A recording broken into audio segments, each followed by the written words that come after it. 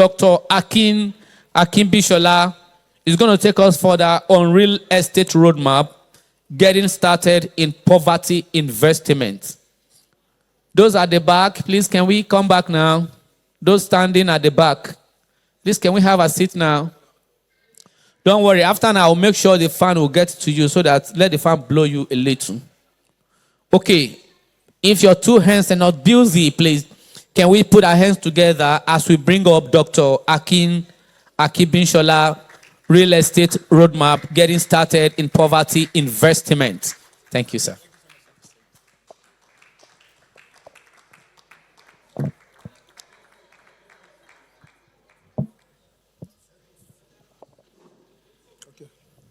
Good afternoon, everyone. Okay, standing on the existing protocol, right? I just want to honor everyone who has come to this podium to speak earlier.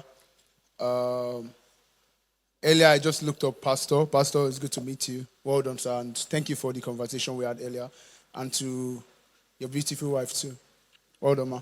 I'm so happy to be here this today to see the convener Wale organizing this, and for me, it's not just to be a speaker.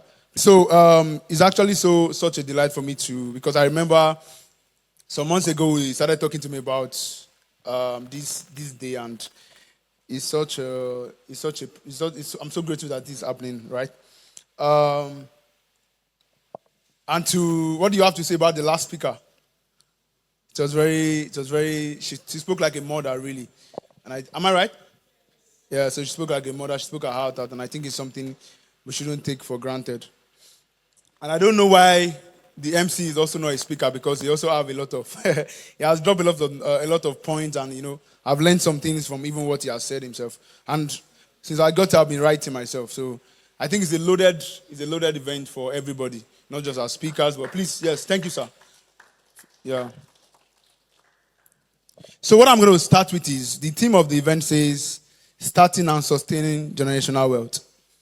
And I think what I'm going to start to say is, generational wealth begins with one risk taker. Generational wealth does what? It begins with what? One risk taker. We live in a time and age where some of you have said something around this, where we find it very difficult to take risks, to delay gratification. And a lot of our young people, I work with a lot of younger people, Gen Zs and all of that, and there's also something I've also seen. We don't know how to build and sustain quality relationships. People who are ready to build generational wealth take all these things very seriously. They know that the person you're meeting today, even if the person doesn't have a potential to buy from you at the moment, doesn't have the capacity to buy, to be your client, to be your, he's not even a prospect to you at the moment. They understand that the journey of life is a journey where people are evolving. And somebody who doesn't have a willingness to pay today, tomorrow can actually do. So, in building generational wealth, it's not just about real estate, doing business, being an employee. You can build generational wealth across anywhere you find yourself. We've had in scenarios of people who are not entrepreneurs, but intrapreneurs. Do you know the difference between entrepreneurs and intrapreneurs? Do we? Okay, I don't know. That's why I'm here. I'll teach you. So, entrepreneurs are people who found businesses, start businesses. Intrapreneurs are people who work with an entrepreneurship mindset within an organization. And you will see, we've seen it over and over again. I'm talking about systems where you can build generational wealth. We've seen over and over again people, you don't have to always start everything. You can be a second man to somebody. You can be a support system to somebody and still build generational wealth. You've seen people have built with other persons and they now start to have stake in the businesses. We live in a time and an age where you just want to be, everybody wants to be CEO. We all want to be CEOs. We want to be founders. I'm not saying it's bad.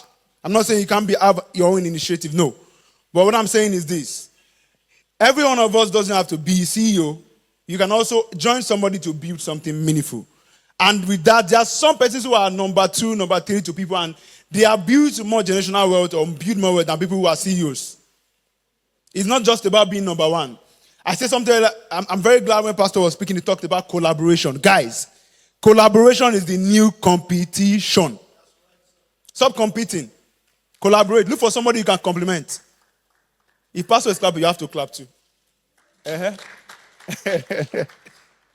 You know, so look for ways you can complement what other persons are doing.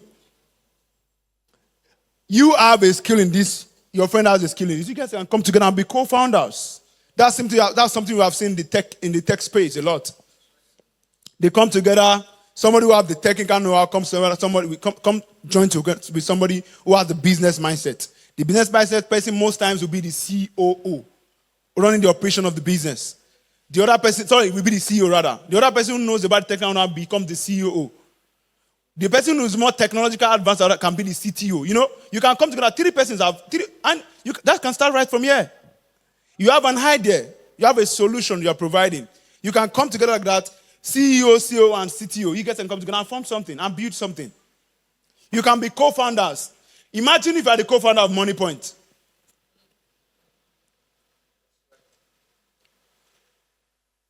Because I see a lot of young people today, we are just struggling. And you can't be generational wealth like that. You can't be generational wealth without collaboration, without networking, without leveraging other people's skills and strength to build something meaningful. So, generational wealth starts with what? With one risk taker. So, generational wealth is not just about simply making money. It's about creating assets, creating a system, creating values, and opportunities that outlive you. What is the value that sets you apart from the next business person? We're in a time and age where people find it very difficult to trust people in the real estate sector because there's a lot of fraud in that place. Am I right? People sell unverified land to people. People sell land without the full documentation to people. Even when you think you have done all your due diligence, you can still get scammed in real estate. So what are the values that set you apart? And I think every one of us is important for us to have values. Personal values. Your personal values will most time now undergird your business values. If it's integrity, very important.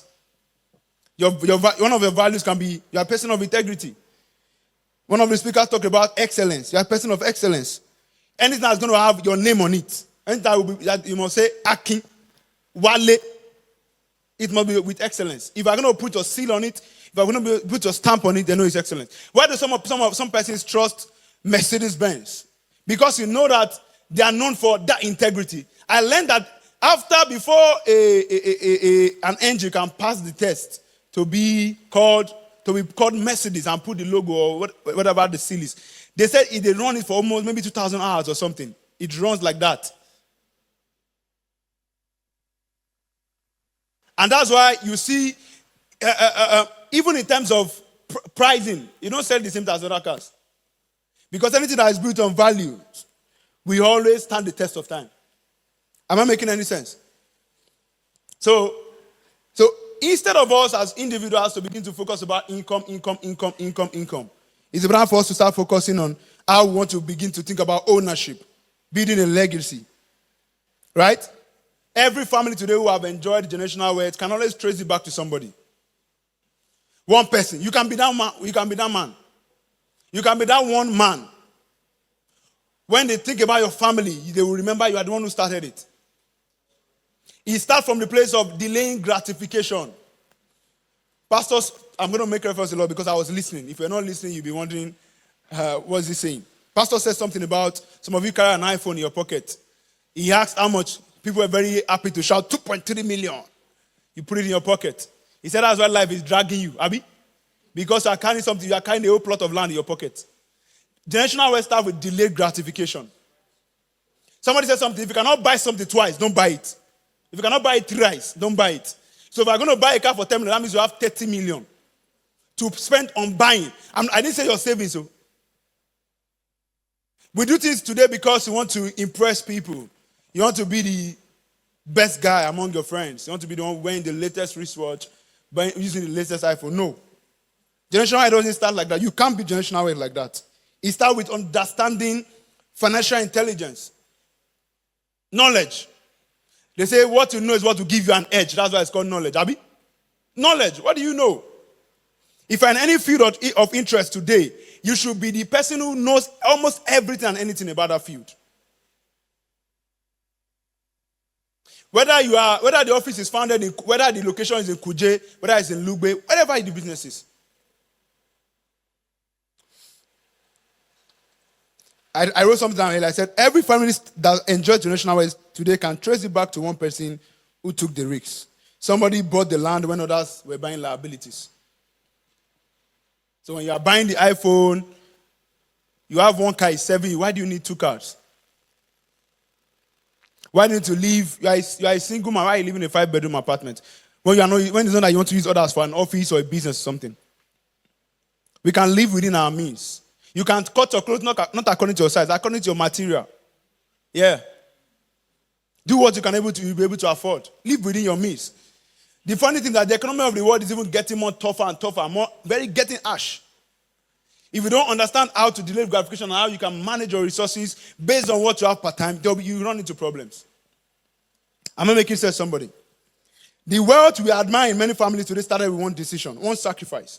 Somebody was ready to pay the price. Somebody was ready to pay the price to say, okay, I'll pay the price. And that's why sometimes some of those names don't go into extinction very early because they've paid the price. We're in a time and age where it's important for you to, instead of joining the bandwagon of talking about things, start looking at how you can contribute. Start looking for how you can what? Contribute.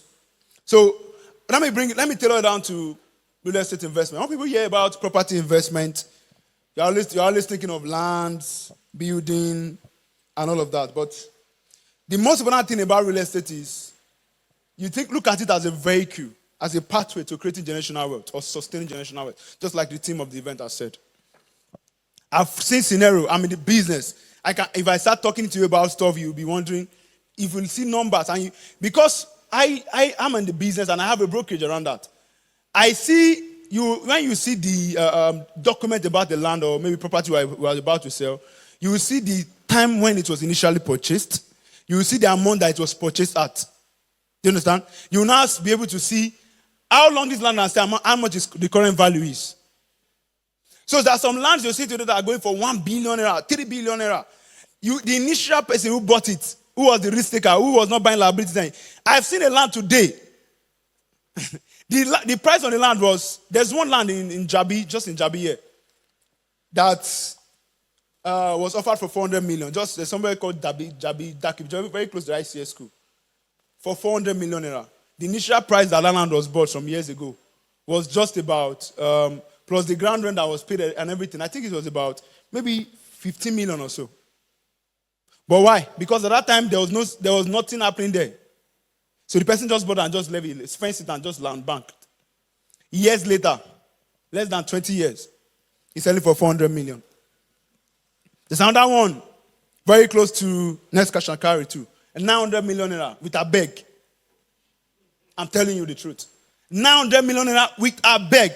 I'm not saying something I read something. I'm talking about practical things that I've seen personally. This is weird, right? Doctor is here. You know, we have a property here in Uye, not far from here. It's a terrace, 5-bedroom terrace that I wanted to sell. The initial amount that property was bought in 2024 August. The property was bought at the carcass for 89 million naira. Let's say everything that was done to make the property into a finished product, maybe about another 60 million naira. Let me say that's about 150. With a beg, 350 million. That's what that property is going for today. Between 2024 and now. And somebody has had that money, had that 86 million naira, went to go and buy a Mercedes Benz. Went to go and buy a car. The car today is already becoming a liability. I've said that to say this. You can start real estate investment right from where you are. And you can start even by collaborating. I bought my first land as a student, 400 level. I was privileged to be in a room when I had a cousin. So I had a real estate company. So we were just talking that day. They started talking about some of the projects they had. I said, how can I also start? You know, the problem we have is that you think you are too young to start. And I say something every time. Whatever is started has a tendency to grow big. If you start from where you are, building, you get to where you are going to. Nobody becomes generationally wealthy by wishing. It's you don't wish it. All the ones that have wished has it come to pass. You are going on the street, you saw somebody's bench, you wish it can be your bench. So yeah, have it now. So it takes a level of intentionality to be generational wealth. It takes a level of sacrifice to be generational wealth. You have the luxury to own 3 cars. You have the money to buy 3 cars, but you still stick with one. Okay. So the goal of real estate is also, and don't always look at real estate. Look at real estate beyond the point of owning a house, rentals, or all of that. There's everything that have people inhabiting it is real estate. This place we are staying today is an event. Am I right? This is real estate. A bank is real estate. To the extent that when a study was, Jim Ovia was being interviewed. Jim Ovia is actually the founder of Zenith Bank. Am I right? Do you know him? Jim Ovia said something. He said, real estate is more profitable than banking. Will you believe that somebody who is a founder of a bank will say that? Eh? A founder of a bank said real estate is more profitable than banking. Jim Ovia. He's the founder of one of the biggest banks in Nigeria, Zenith. This man has a lot, in VI alone, he has a lot of, he's one of, I think, Civic Tower. He's building another one currently now in Ozubam Badiwe in Lagos. Very big building. He's been in banking for over 30 years. And he has that to say. The malls you see, that's real estate. A church building is real estate. A garden like we are today is real estate. And you know, one thing we can begin to also do, one conversation we can begin to have, living from here, how to start. Real estate is becoming more, especially in Abuja today, it's becoming more, the market entry, to enter the market is becoming more difficult. Because the current minister of FCT is really doing a lot of road development. And once that happens, property prices appreciate. So what can you do? What you can do is to collaborate. You can come together as friends and form a cooperative. And everybody has $1 million. Come together, put your 1 million into. I'm talking about practical things that I've seen and I've done before. Put your money together. Go somewhere and land bank. You know why? Because a real estate document will not be able to carry all of you's name. That's why you need a body. You know, we cannot put, if 20 of us buy land now, the document cannot carry Akin and Wale and Doc. Even when it's become husband and wife, they'll tell you, don't do Mr. and Mrs. Akin. Mr. Akin, so, and Mrs. Kiniko. So that when problems start, you know, say, it's me and my husband, I join money. It's Mrs. Now, anybody can be Mrs. Akin. Am I right? Do you get it? I'm talking about, those are the way to protect yourself in real estate too. Anybody can be Mrs. Akin. So the right thing is to do, you put Mr. Wale and Mrs. Bumi. So. So it's explicit that it's Mrs. Bumi and Mr. Wale. If we put Mr. and Mrs. Wale, anybody can be Mrs. Wale. That's another way, especially for ladies, that's another way to protect yourself when you're investing, really. Do you get that now? Am I talking practical here? Because we've seen a lot of issues, they will come, but the woman will say, but it's not my husband that put the money now. We didn't know it's Mr. and Mrs. Wale that is on the document. Okay, hope I'm not causing trouble. I'm talking practical here, yeah? Let me talk about this. I think this is very key for me, and I think some persons have talked about it, and I'm just talking about that. Your network is your net worth, even in real estate. And I think the real estate market today is even more open. Anybody can enter. The market entry, not for you to invest now, for you to be part of that value chain, is easy if you have the right network. If you don't have the cash to invest, you can actually look for people who want to sell and help them to market and earn your commission. From your commission, you can start investing something. That's another way you can earn from real estate. And it's another way you can actually be generational wealth over time. Accumulation. If you accumulate it over and over and again, you have built a good capital base that you can now invest. For instance, One thing I know, and I tell people who walk around me is this: I don't go anywhere, and I don't make anywhere. Anytime I go anywhere, I make sure I connect with at least one person. It's a matter of policy for me. At least one person in a day, I must make one person happy. In a day, I must connect to one person. It could be a security man. It could be in the bank. It could be a car. Anybody. It's intentional for me. And I've seen that open doors. I've been to places where I'm supposed to have a meeting, and it was supposed to happen, but because I was good to the security guy, I tell your guy, I feel collect your number. If your guy come, I will call you. It has happened before. I was supposed to see a minister. It was not that called me himself to see him. I will not mention the name now, so I don't get into trouble. I was supposed to see the minister, and I don't want to put the person in trouble too. I was supposed to see a minister. He called me to see him. I was in the office. Then he texted me that he had to go and see the person or something like that. That I should wait. I waited. I couldn't see him that day again.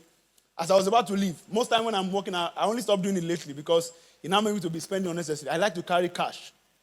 Sometimes mint, and I carry a lot of it. I'll just put it in my pocket. So anywhere I go, tipping people is not wrong. It's not bribe. It's true. To open doors, pastor said a man gives the make room for him. Yes. So as I was about to go, I had that plenty. I had mint in my pocket. I just gave the guys in front of the main security to the minister's office. I just gave them. One of them took my number. He said, "No, Allah, I will call you." I didn't even know he speaks Yoruba. I said, "No problem." So I left. The next morning, early in the morning, I was not come. Oh, guys, will be coming now. I just moved. The next day, he told me to meet me in his apartment. Again, I know one of them was going to be there. I needed those information. When I got there, I saw one of the SSC. I connected with the guy too. The reason why your life will remain the way it is because you neglect people too much. Somebody beside you can be the door opener for your breakthrough, for your generational wealth. I was traveling in from Akure 2 years ago. I was not supposed to go for that trip, because something major was happening. But I had the leading. I was sent by a senior mentor to go and represent them for one. It was a place of service for me. They were supposed to go and do a give back in the community, and they wanted me. I said, "Can you help me? There's senior people in the country today." I said, "Okay, why not? I'll go." So everything was arranged. I had to jettison something very important to me, and I traveled. Everything was done. I was flying back to Abuja on a Sunday morning because I wanted to meet church. And I was seated beside the person. It was only two of us. I think it was Overland. I was seated beside him, just both of us. Almost all the this man was sleeping. But something in my mind said, I must connect with this man. I must connect with this man. When we were arriving in Abuja, when the announcement was made, so we woke up. He was wearing something very simple and a palm. His leg was even looking like it was dirty. Most of you look down on people like that, Abi. As we were getting to Abuja, when we were about to land into Abuja, he was already awake. Then I just spoke to him. I said, "Hello, sir, my name is Akin," and I told him about what I do. This man told me, he said, "Okay. In this real estate thing, we have been doing..." So sorry, sir. Sorry, sir. He said, "In this real estate thing, we do small things." So I said, "Okay, sir." I said, "Will you be okay to connect with you?" He said, "That's fine." He gave me his number. He said his name. He gave me his surname. I didn't even know who he was. He said, "Okay, let's see next weekend." I said, "Okay, that's fine, sir." So in my normal way, once I collect your number, I'll follow up. And I'll follow up until I follow up and follow through. A lot of you get tired of following up. So on the Saturday morning, he told me to meet me somewhere. I got there earlier. You don't want to make your helper be waiting. Don't go late to such meetings. I got there very early. I was waiting for him. He said, "Okay." He had a little challenge. He's going to be with me in less than 30 minutes. I said, "Okay, that's fine, sir." Then he came. We got to a particular project. I never even knew that there was a project or an estate there. Started showing me, this is for me. I'm going to have this property. I'm going to have this property. I'm going to have this one. I'm going to have this one. I'm going to have this one. He said, "There's another property somewhere.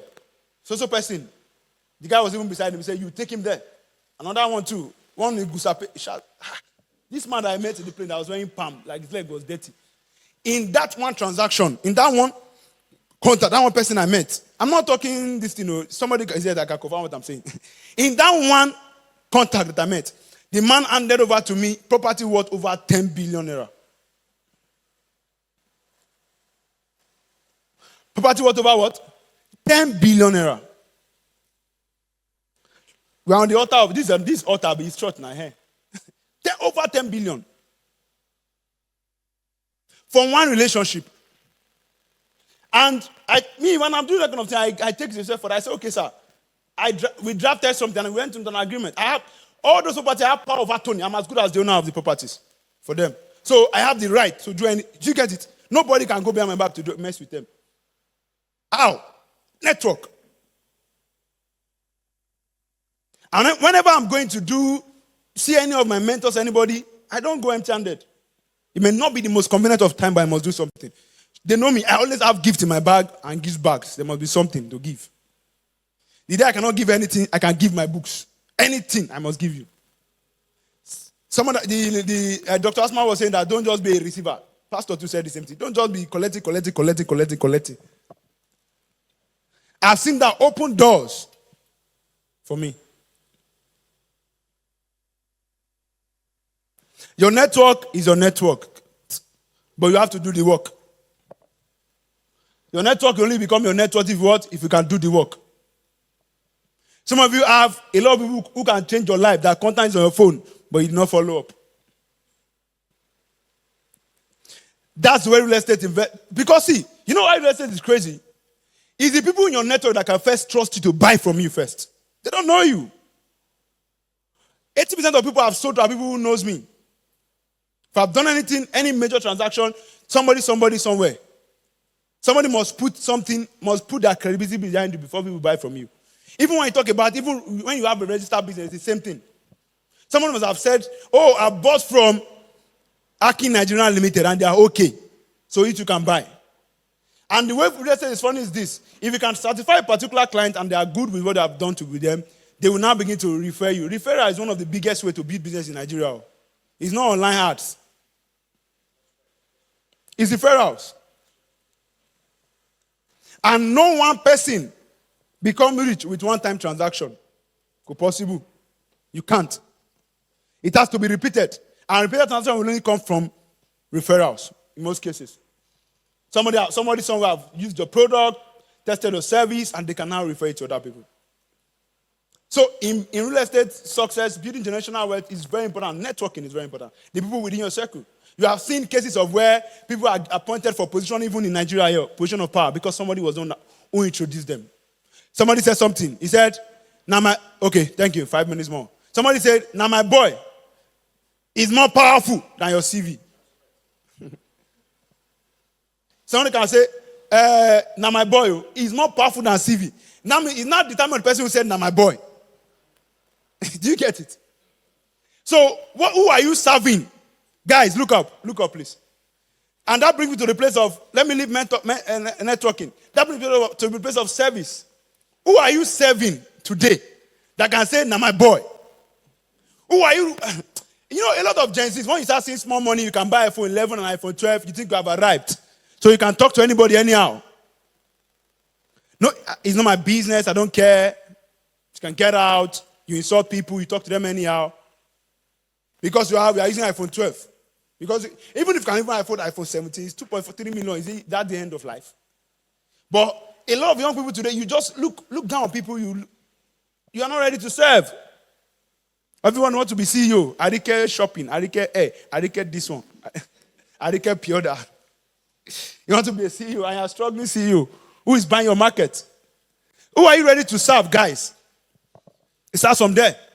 I'm in the protocol team in my church. My pastor has also given me one of the greatest referral. I did a business.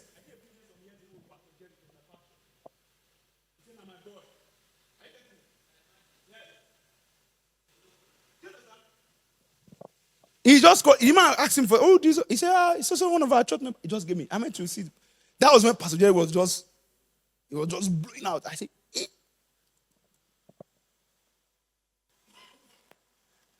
Someone, can your pastor trust you? Can he? Can your pastor trust you? That if they give you that relationship, you don't mess it up. You know, and since that time after we finished that transaction, I've been keeping the relationship with Pastor Jerry since that time. I've keeping the relationship. He's doing his birthday, I'll text. You know, sometimes, some things are not for public consumption. But really, guys, who are you serving?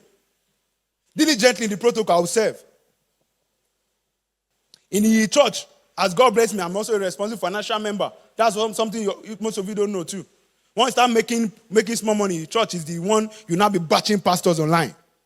And that's why generational wealth is only possible for people who carry the blessing. Let me tell you the truth. Yeah. Nobody becomes generationally wealthy without carrying the blessing. The Bible even preaches this. Look at people like Abraham. He carried the blessing. And that's why Abraham was blessed. Abi? Are you seeing it like that? So you can be the one that carries blessing that will now flow down to that. That's what I'm trying to tell you. You can be the one person. He took a risk now. He left his father's house. Abi? Is that not a risk? But once you have small money now, once you have small chichi now, you have everybody, you can talk to anybody anyhow. You can't insult anybody online. You don't care. Your network. Who are you ready to serve? These are the ways to be generational wealth. People can put that credibility on you. These are the ways to succeed. I don't know what I'm talking about because I'm not even using my note. I actually wrote some things down. But then I'm being led this way. Okay. I'll just continue to flow the way I was flowing earlier. So one of the ways, as I close, anybody and everybody here, you can actually, there's a space for you in the real estate sector. That's why I'm going to close. Everybody here today. Are we together? What's it? Sister black and pink, what's the name? Sussex, good. You can succeed in the real estate market. There's a space for you there. I'm telling you the truth. You can start, just look at the value chain. Where can I start? I have somebody today who's like a big brother to me. He has more than 8 structured apartments in Abuja here. One of them makes like 5 million every week. In Abuja. I'm not talking theory. We talk every day. We spoke this morning. And I know all the apartments. Even my company has a partnership with one of the apartments. We also make side money for them. That money can buy for inside car. Because, see, another thing that a lot of young people, you are ignoring the numbers. You are looking for million. You know that is addition, add up, drop. The bucket to be filled up. But you are just saying, I'm a billionaire. That Dangote is a billionaire. He's selling salt. How much is salt? I'm a billionaire in dollars. So every one of us, there's a space for us in the real estate sector. Either you want to be a landowner, you want to land bank, you can go into brokerage, right? You can be an agent, right? So you get problem with agents. A lot of people have problem with agents. But you can start from somewhere. You can be an agent with integrity. Let me say that. You can be an agent.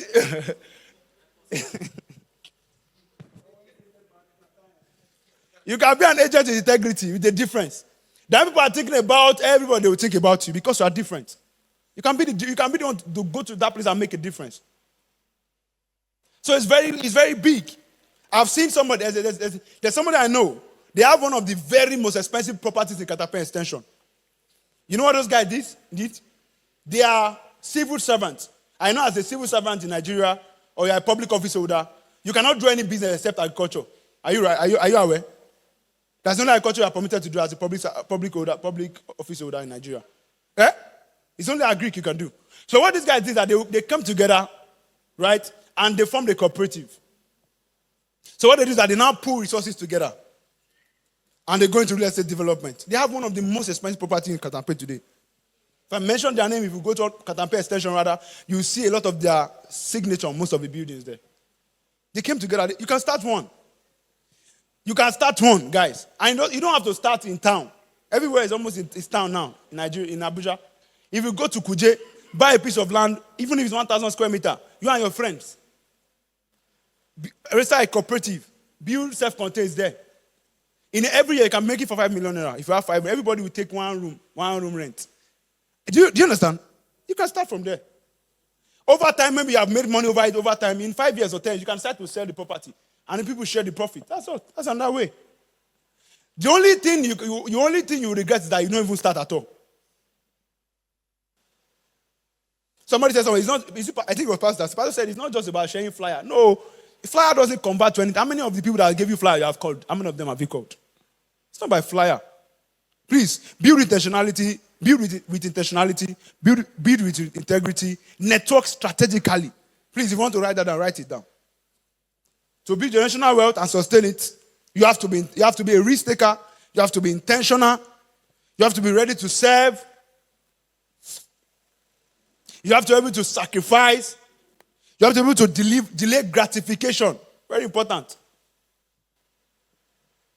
And you have to be able to network strategically. Did we get that? What did I call the first one? Take risk. Let's talk now together. Network strategically. Make sacrifices. Serve. Sir? Delay gratification. Be ready to serve.